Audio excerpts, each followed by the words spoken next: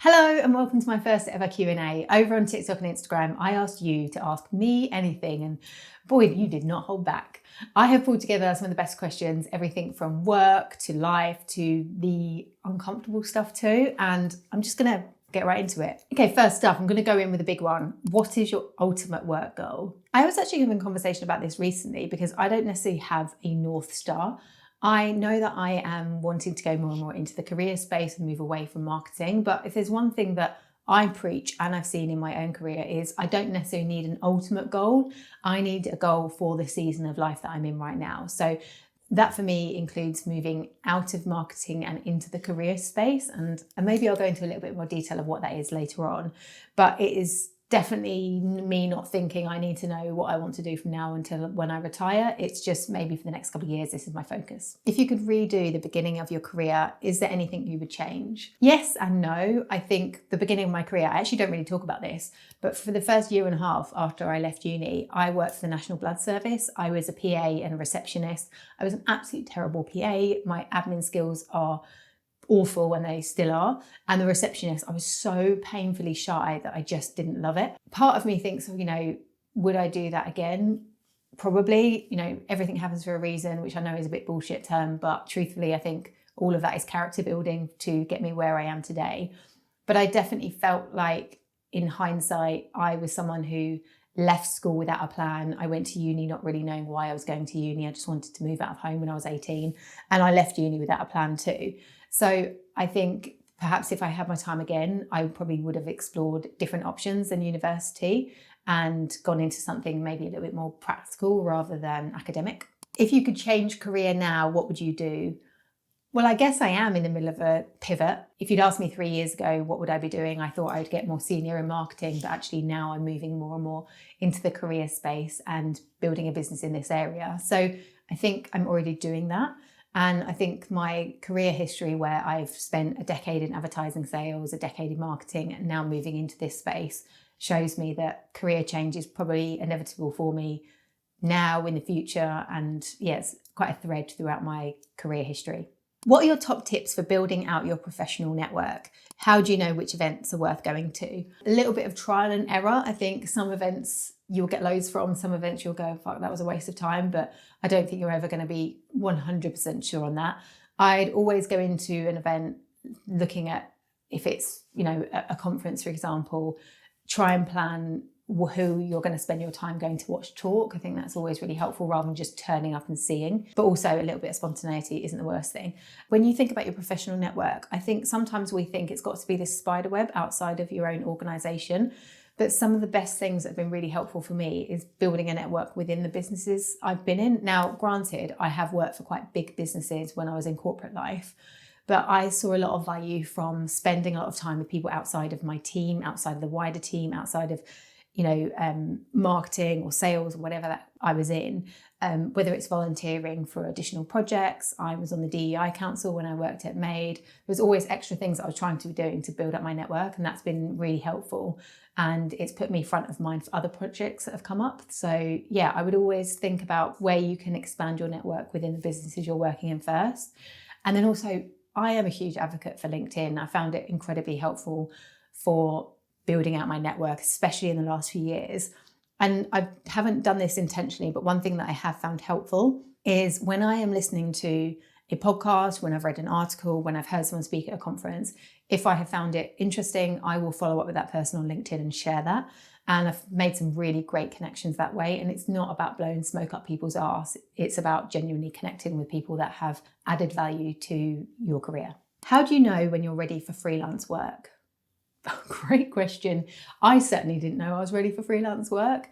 I think with any change, you're never going to be 100% sure. But when the pros outweigh the cons, I think there's definitely a chance to take a leap. One piece of advice I would give to anyone that is thinking of going self-employed is to try and save as much as you can, ideally at least 3 months worth of bills and rent and mortgage. Because one, you may not go into freelance work and have a client immediately, but also invoices sometimes take a little while to get paid. So if you can give yourself a buffer and a bit of security, it will make taking that leap a little bit more reassuring. How did you build your confidence at work, owning ideas, challenging, pushing, etc.? Now, I've spoken about this openly on lots of other channels, but I'm not someone who is naturally confident. It is something that I have had to work out my whole career.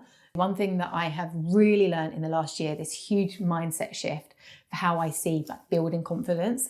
This came off the back of a conversation I had with my now friend Jo Howes. She's an amazing coach. She has a podcast called Courageous Leaders, which I will link in the description.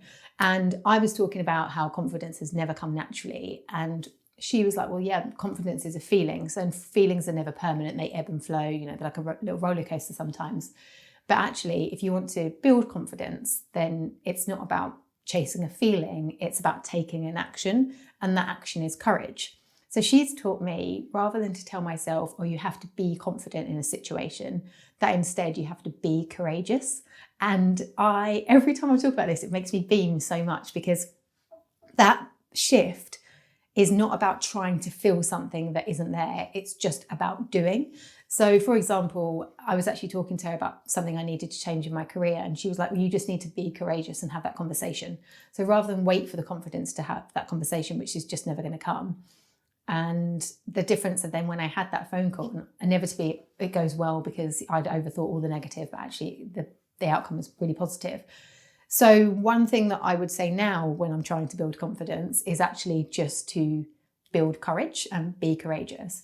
But then in my earlier career, I think some things that I have looked at have been looking at the bank of evidence. So when I have pushed myself slightly before, what's happened? Generally, it's a good thing. I think we beat ourselves up for, oh God, that's a stupid question. But in my experience, often you'll get someone after in a meeting come up to you and go, oh God, thanks for asking that. I was thinking the same too. I think we often think that our experiences at work are, exclusive to us, but so many of them are just universal experiences, but we're just experiencing it for the first time. But my main answer to that question is just to keep practicing, pushing yourself. Small little things every day, incrementally, they really add up. And then eventually you can start to look back and go, look, I've done this before, it's worked out okay. And that gives you the push to keep going. Where does most of your freelance work come from? So the question around this, I guess, is around my work as a marketing consultant. Now, I have been doing that for 2.5 years now. I'd say it's about 60% of my income, maybe a little bit less. And so far, all of that has come from either people I know, people I've worked with previously that have recommended me, people that know of me and recommend me, or people that have found me online and then come to me. Part of me is like, that's amazing. I haven't had to do anything proactive in the last 2.5 years. But I also say it's not necessarily a flex, because I could potentially be putting myself in danger of like not getting work because I'm not actively going and chasing it. But then I think that a lot of the content I put out naturally will attract new leads into me. And actually, there's a client that I worked with recently, and I've had this quite a few times where I don't actually talk about the marketing consultancy work that I do. I generally, for context, I help brands with their social strategy and then implementing that. So operations, resourcing. I don't really touch on the execution side, but everything that could help bring the strategy to life, except the execution. And with a couple of clients, the conversation has gone along the lines of something like, I've seen you online, I know that I want to work with you, but I don't know wholly what it is you do. And actually we go from there. I'm never going to put myself forward for something that I don't think I can deliver a good job on. And I will always try to recommend others if I think there's someone better suited. So far it's all been word of mouth, which I'm incredibly grateful for. What was the moment you realised you wanted to build a personal brand rather than just post content? Oh, I'm not sure if I've had that realisation. Like many of you, I'm sure, hearing the term personal brand, do a little kind of shiver inside. But ultimately, we all have a personal brand, right? Because it's just another word for our reputation, how people think of us, what comes to mind when someone hears our name, how we're being spoken about in the rooms that we're not in. I think the power of personal brand comes from how you actively start to shape that narrative. So I know that my personal brand is perhaps being known for someone that's not afraid to speak up about difficult situations, not afraid to call out bullshit, but it's always with good intention. When I started posting content on TikTok, for example, I saw how much it resonated with people. So I just leaned into that. And actually one thing I would say about personal brand is the more I am myself, the more good stuff happens, the more interesting and aligned opportunities come to me, and the more I enjoy the work I'm doing. We've all seen it, right? We see people on LinkedIn that are just full of bullshit, and they're trying to force authenticity. And the more that you can be yourself, the more you will not be icked out by the idea of a personal brand. Okay, this kind of leads on from that one.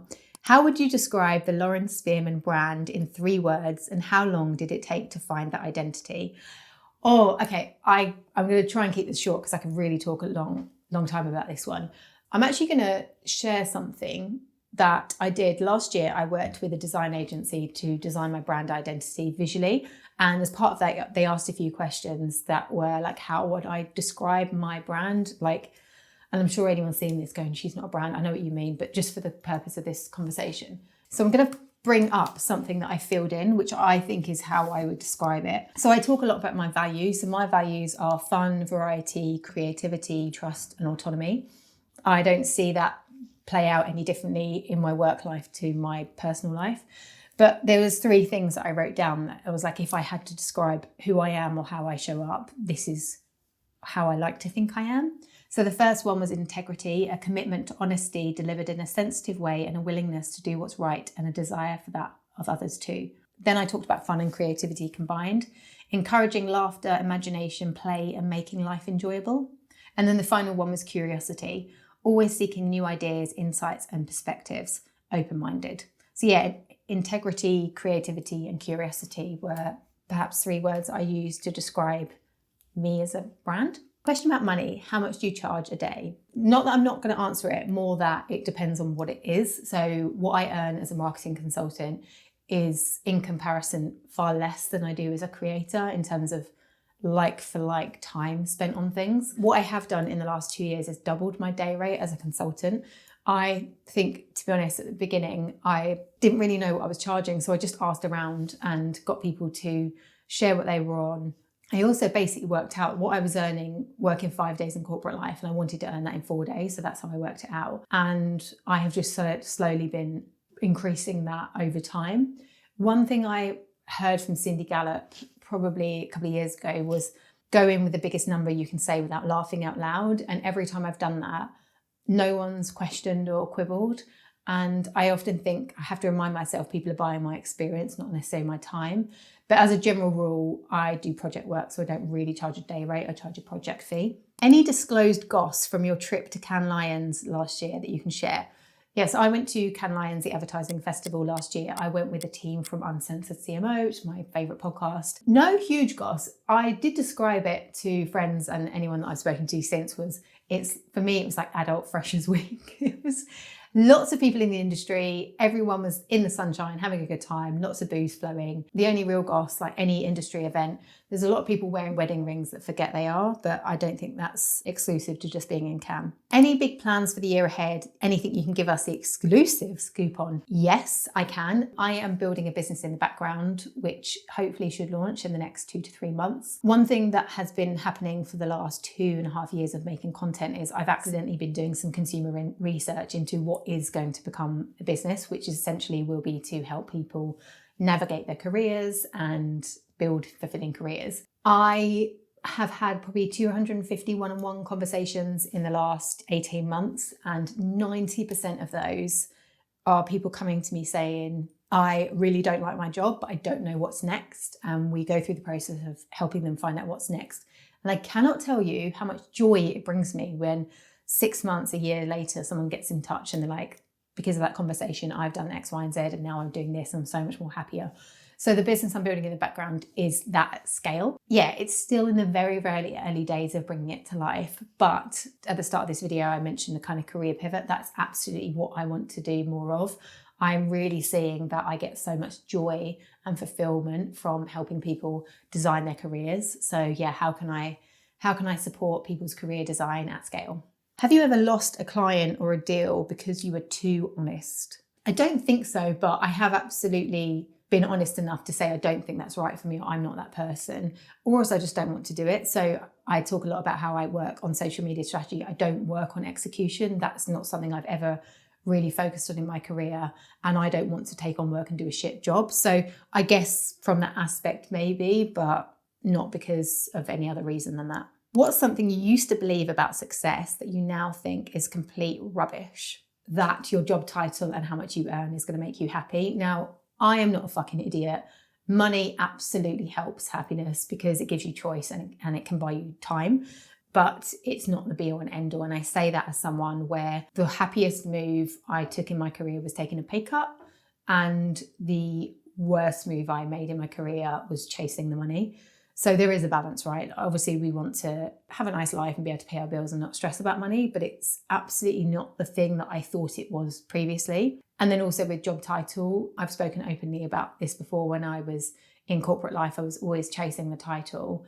Part of the reason I'm not in corporate life anymore is because I did the title and salary combo in one, really chased it, and actually I was miserable and handed in my notice after 3 months. So yeah, now I see success at work as me being most aligned to my values for the most amount of time. So if I am doing something where there is variety, it feels like there's fun, I have autonomy over what I'm doing, that's when I'm feeling the most successful at work. What's the most money you've ever turned down and why? Okay, this will definitely be more on the creator side rather than the marketing consultant side. And I don't think it's going to be more than maybe 3 to 5 grand a pop.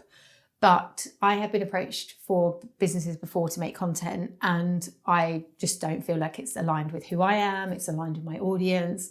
I saw Professor Green speak at an event a few years ago, and he was asked this question of how do you decide whether you take on brand partnerships or not? And he was like, look, I've been called the C word many a time online, but I've never been called a sellout.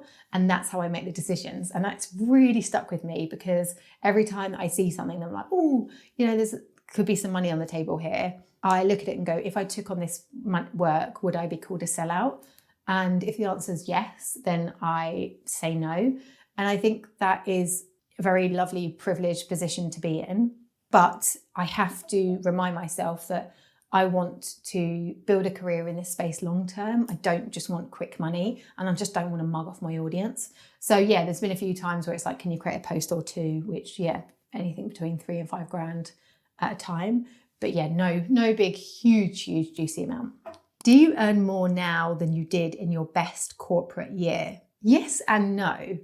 So the reason I say this is because my business revenue has doubled in the last financial year. So I am absolutely bringing more money into the business. However, I have always taken out a director's salary and dividends to match the same that I was earning in my corporate life.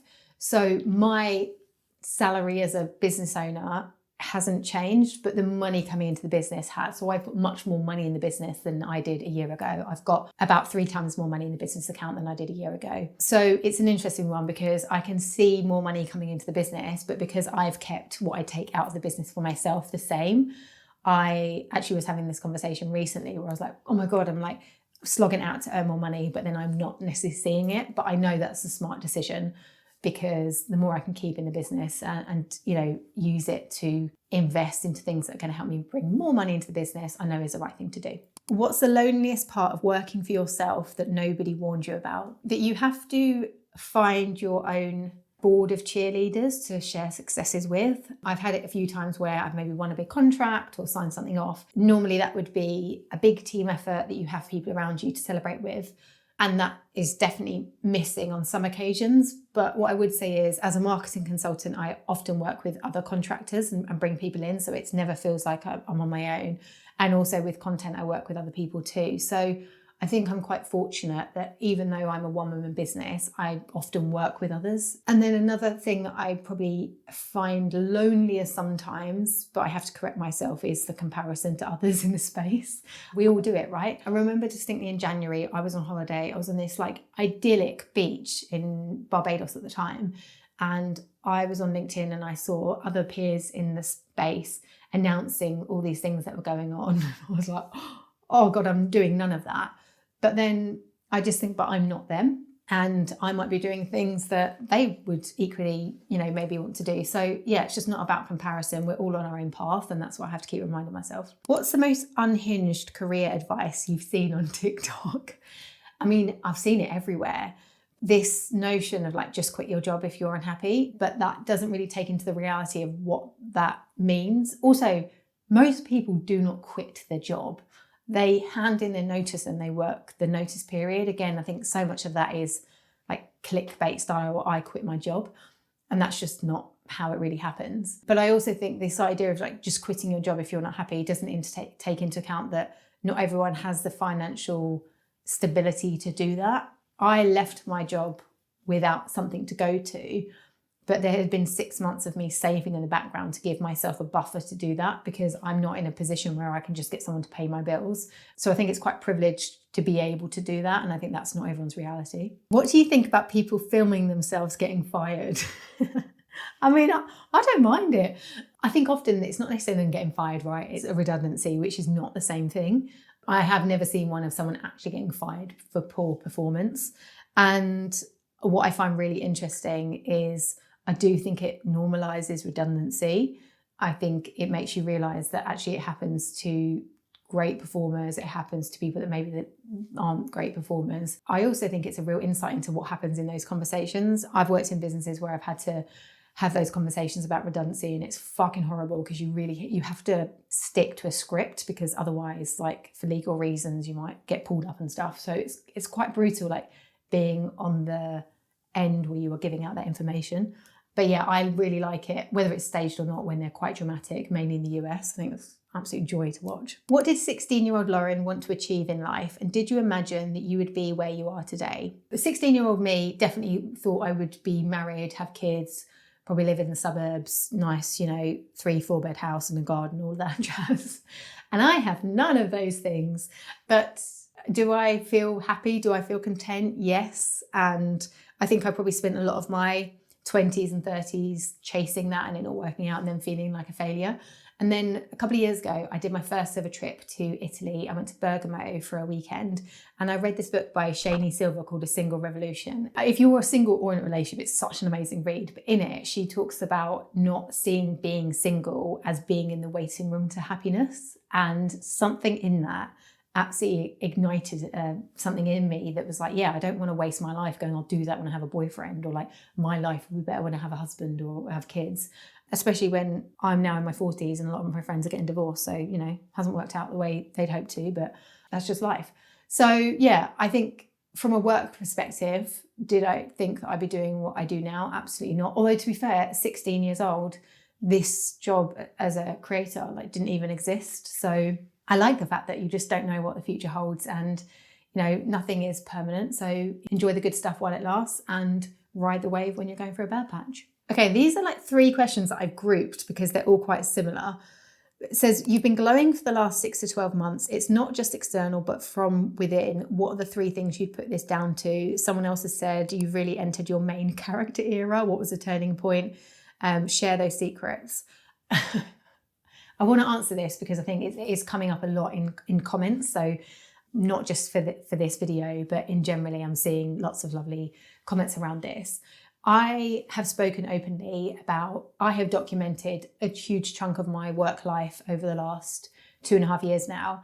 When I look back to the first ever video I posted on TikTok, where I was sharing my job hunt strife and troubles, my face is so grey in that because I'm so exhausted and I'm so lacking in confidence. I'm feeling really flat. And then over that time period, and again, I have spoken about this before, but I had this 3 to 6 month period, I think it was, where within that time frame, I had a miscarriage, I was looking for work, and my little sister got diagnosed with cancer. And I am someone that naturally eats my feelings, and I just wasn't looking after myself. I was exhausted, I felt flat, and I think a lot of people have seen that. And then 2 years ago, I met my now boyfriend, and I love eating and drinking. In fact, one of my favourite texts she ever sent me, we used to work together and we were on a night out and we were pissed up on the train at home, and she was going home, I was going the opposite direction, and she just sent me this text that said, one of my favourite hobbies is eating. I just fucking love eating. And I thought, I resonate with that girl. So when I met my boyfriend, we bonded over going out for really lovely dinners, lots of wine. His biggest hobby is fine wine. I eat my feelings when I'm sad. I eat my feelings when I'm happy.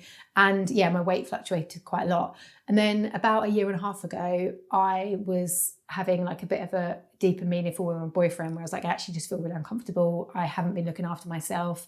And with everything that my sister had gone through with cancer, she's now cancer free. but you just never know what's going to happen in life. And I wanted to look after myself and put myself in the best position with my health. So I started a bit of a kind of health kick. So my weight has changed, and I don't want to talk about numbers because I was actually on national TV about 13 years ago where I was trying to lose weight, and I got weighed on TV and all of this. Like, it's not bad, it's just a sign of the times. And I don't think it's healthy for us to talk about our weight or numbers in that way. So I won't go into that, but I have lost weight. And then about 9 months ago, I decided that I wanted to have a personal trainer. So like, as soon as you turn 40, everyone's like, you've got to get into strength training. And I have always hated exercise. I've run a couple of marathons before, but it is not something that has ever come naturally. I used to, in PE at school, we got graded A to E for effort and then 1 to 5 for performance. And I would always in PE get A5 because I would really try, but I'd be so shit. And so exercise is just not joyful for me. But I got a personal trainer, and it has just been transformational, both for my body, but also my mind. I have way more energy, just much more mental capacity. It's become something that is non-negotiable for me. So I started with 2 sessions a week, then I upped it to 3, and now I have 4, like 3 or 4 a week. And I absolutely love it. I am seeing my body change. I love working with someone that just understands my body. You know, if I'm on my period, maybe we'll take a slightly slower session. If it's in the afternoon where I've got a bit more energy, like we change the session up. It's just amazing and I love it. And interestingly, I talk about one of my values being variety. And with the PT, I found that I can be consistent, but the variety comes through the different types of sessions we do. So yeah, I think that's maybe why I'm getting the comments that I'm getting. And also I'm just maybe feeling a bit more confident in what I want to do with work, just a little bit more sure of myself. I think we absolutely, as a society, villainize aging. But one thing I've realized since everything I went through 3 years ago and turning 40 is that there is such a privilege to aging, and I want to embrace that as much as I can. Okay, here's a good one. What's the most you've ever spent something on and then regretted, and the best money you've ever spent? The most money I've ever spent was buying my first flat. And the reason I regret it is because actually when I came to sell it, I lost money on it. I sold it just after COVID. It wasn't in a desirable area. And interestingly, when I got on the property ladder, it wasn't necessarily like part of my big master plan, but I did. And actually I probably would have been better renting and continuing to save and then buying a few years later rather than buying when I did. But, you know, shoulda, woulda, coulda. It's unfortunate, but I'm in a flat now that I absolutely love. So, you know, all roads lead to something better, I'm sure. And then the best money I've spent. Hang on, I'm going to go and grab it. One sec. Okay, am I on? Okay, now this is probably the best money I've ever spent, which I know people are going to look at this and go, well, that's fucking materialistic. But let me tell you the story behind the Chanel handbag. So I was working in sales for a parenting website called Net Mums. I really enjoyed the job. I love the people I work with. And we used to get quarterly bonuses. And I'd seen this handbag for a little while, and I knew that those handbags do go up in value. And actually, I think if I bought that brand new now, it's 3 times what it was when I bought it. So actually, even if I sold that secondhand, I'd probably still get more than I actually paid for it. But the reason I love it and it brings me so much joy is because I remember, I think I was 28 at the time. And in my head, I was like, well, you know, when I'm older and I'm going to have kids and a husband and all this family life, I might not be able to afford to buy nice handbags. So treat myself now. And actually, I'd just gone through a breakup, and I was at lunch and I walked into Chanel and I was like, that's it, sod it, I'm going to buy it. And we talked through, do I have silver or gold hardware? And it was just, I remember coming back into the office with this like massive Chanel bag, and everyone was like, what the fuck? Yeah, and it just, every time I wear it, it brings me so much joy. The quality of it is amazing. And yeah, it's something that I did spend a lot of money on. I think it was just over 2.5, maybe 3 grand. And I still love it to this day. And actually I bought a few nice handbags since. So yeah, I will never regret spending money on handbags, because it's the only kind of frivolous thing I do spend money on. What's the top place on your travel destinations list? I am actually going somewhere on my bucket list in a month's time. I'm going to Palm Springs, and I am so excited. So heading to the desert, I am a huge fan of modernist architecture, and that kind of mid-century vibe just absolutely just sings to me. So yeah, I'm really excited to do some architecture tours, drive around, explore. It's part of a much bigger trip, but yeah, to finally tick Palm Springs off my bucket list is going to be wonderful. Would you ever bring back Sunday meetups? Oh, this is a really nice one. So for context, probably about maybe 2018, I was in a bit of a funk. I was single, and I'm not proud of myself here, but I used to get really like bitter and resentful on Sundays, like seeing all couples like being all smug, going to brunch in a bakery and all that shit. And I just remember feeling quite jealous about it. And I was like, that's not a nice feeling to have. And again, having read that book a little bit later about like the waiting room for happiness, I was like, this isn't how I want to live my life. I don't want to spend Sundays miserable. And so I decided to arrange meetups for people that were single and or just wanted, like maybe they weren't single, but just wanted some company. I arranged a few picnics and then some indoor stuff. And it was just a really nice way to bring people together. I would absolutely do that again. I was thinking about this recently, and like I just like bringing people together, even myself organising them. You get the absolute like belly of anxiety and going, oh my God, what if I can't talk to anyone? What if I've got nothing to say? What if I'm really boring? You know, what if no one comes? And then actually inevitably people do, and it's always really wonderful. And for anyone that puts themselves into those situations and does that, it does take courage to do that, but the payoff is always worth it.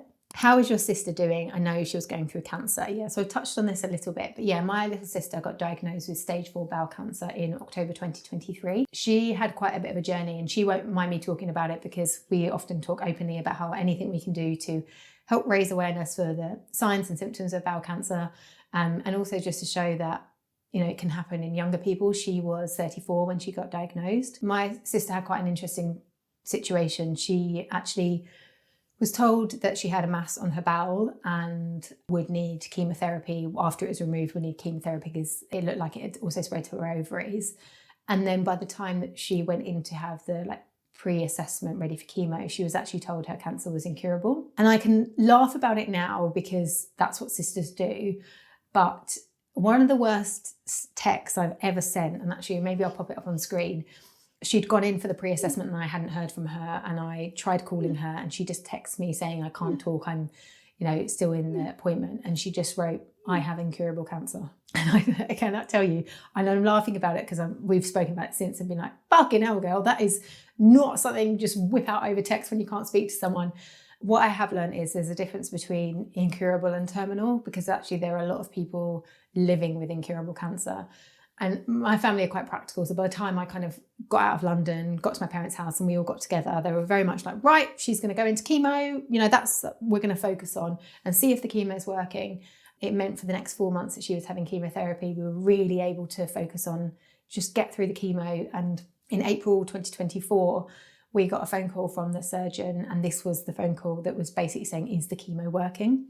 Because if the chemo was working, it meant that she would then have further surgery, which would help reduce the cancer. And I remember we were all sitting at my sister's house and she was like, I'm going to take the phone call with mum. And me, my other sister, her boyfriend, my sister with cancer's boyfriend, were all downstairs. And we were just waiting at the bottom of the stairs. And I was slowly like edging up the stairs because I wanted to hear. And I just heard her say something that was like, okay, so when would the surgery be? And I was like, oh, that means something's working. And actually she then went on to have surgery. After the surgery, it was like, let's try and reduce the cancer as much as possible. So it was out of her bowel because they removed the mass, but it was in her ovaries, and it moved to something called the peritoneum, which is like we all have, here's one I had earlier. So we all have this like layer of fat over our organs, and it got to that, and basically it was this like, it was on this flap. Unbeknownst to us, the cancer was at the bottom of the flap, so they were able to cut it off, which actually meant that when she woke up from surgery, the surgeon had said that they'd removed all the cancer and, you know, they were pretty sure she was cancer-free, which was just not something we were ever expecting. And actually, we have since found out that she should never have been told she had incurable cancer. So yeah, she's now cancer-free. When she got discharged from hospital, the surgeon said to her, you know, go and live a wonderful life. And I think that's something that we all try to embody now. But yeah, one thing I would say is that the effects of cancer do not stop at the point where you're cured from it. You know, she's now 2 years on. There's lots of medical issues she's had, constantly going back for scans, you know, the anxiety that comes with that. And yeah, I think what are the stats now? 1 in 2 people are going to be affected by cancer. It's it's really opened my eyes and it's changed my perspective to life, really. But she's good, and it's really changed who she is too. Like, we kind of joke she's the baby of the family, and with being the little sister comes being a little shit sometimes, and I think she's really softened. To do her last few now. What's your most unhinged comfort habit that no one knows about? This is definitely what I look at on TikTok, is probably my unhinged comfort, because I watch a lot of ingrown toenail removal content, or like spot popping, or also my new one is horses, like their horseshoes being taken off and cleaned. Anything that's like getting out dirt, like sewage ones, like just something grim and grimy where you just see something gross and then it all cleaned up. That is very comforting for me. Okay. If you had to delete every app off your phone except 3, which 3 are you keeping? Oh, okay. Let's scan through. What have I got? I mean, WhatsApp is probably a glaringly obvious one, just because that's how I communicate a fair bit. I'm going to go Google Maps because I use that a lot. And, oh gosh, this is a tricky one. I'm assuming the photos in your camera roll is not an app, because if it is, then I'm going to go that, because then I love looking at old videos of my nephew. But if it's another app, I'm going to go with, I know what I'd go with, Rightmove. That's another one of my comfort habits. I love laying in bed and fantasizing about owning a penthouse in Clerkenwell, so I'll often go through and have a little look on there. So yeah, WhatsApp, Rightmove and Maps, definitely my top 3. Worst breakup you've ever had and tips for getting through it. Oh gosh. I mean, one of my worst, and I have spoken about this before and I'm not afraid to shy away from it, is I was in a financially abusive relationship. I've spoken about this before and I will continue to speak about it, because it's not something I was even aware existed before I experienced it myself, which is probably why it went on for so long. And that ended up in going to court and all sorts of stuff. He eventually got convicted of harassment. One thing I would say, and I always tell myself, even when I've been dating previously, and whether it's short term, long term, is like, I don't think there's such a thing as the one. I think there are 7-8 billion people in the world. I don't believe in soulmates. One thing I think I probably have done, or has made breakups harder, is by putting everything into this person being something. And actually, I think when it comes to dating or relationships, a relationship isn't a failure if it ended. Not everything is meant to last forever. I think if you can take away something or learn from it. So yeah, I think I've always tried to tell myself that was meant to happen, and actually there may be something better coming for me, even if at the time you're like, well, what's the fucking better thing? And final question, the one that came up quite a bit: how is your love life? Now, I've been in a relationship for almost 2 years, and it's not something I hide, but it's just not something I really speak about. I think because I put so much of my life online that I wanted to protect a little bit of my privacy. He's not on social media, and I just wanted a little bit that was for myself. I'm also in an age gap relationship, and let me tell you, I know that whether the age gap is a year, 5 years, 10 years, 20 years, whatever, people have an opinion about it, and I just don't want to share that, and I want to protect him from that as well. So yeah, it's great. It's a very easy relationship, and I've said this to him plenty of times. It's the first time I think I've ever actually enjoyed being in a relationship. I'm not someone that ever really has before, because I think I've had to mold who I am to what I think is right for that relationship, and that's not something I advocate for in the slightest. Whereas I am completely and wholly myself with him, and sometimes that's a good thing, sometimes it's not. But yeah, he holds up a mirror to my behaviour sometimes, and I think I've learned a lot. So yeah, it's just nice and easy, and yeah, maybe that's how they're meant to be. Oh, that's my postman. But yeah, it's just nice and easy, and I guess that's what I'll say on that. So there you have it, the unfiltered version, the stuff you asked and the stuff that I answered. If there's anything in here that resonated, or if you have your own answer to any of these questions, please drop them in the comments. That's what I've loved about doing this. The conversation doesn't end here, it just keeps going. Thank you for being nosy with me. It was kind of a gift, actually. If you want more of these honest conversations about work, life, and everything in between, please do subscribe. And until next time, keep careering.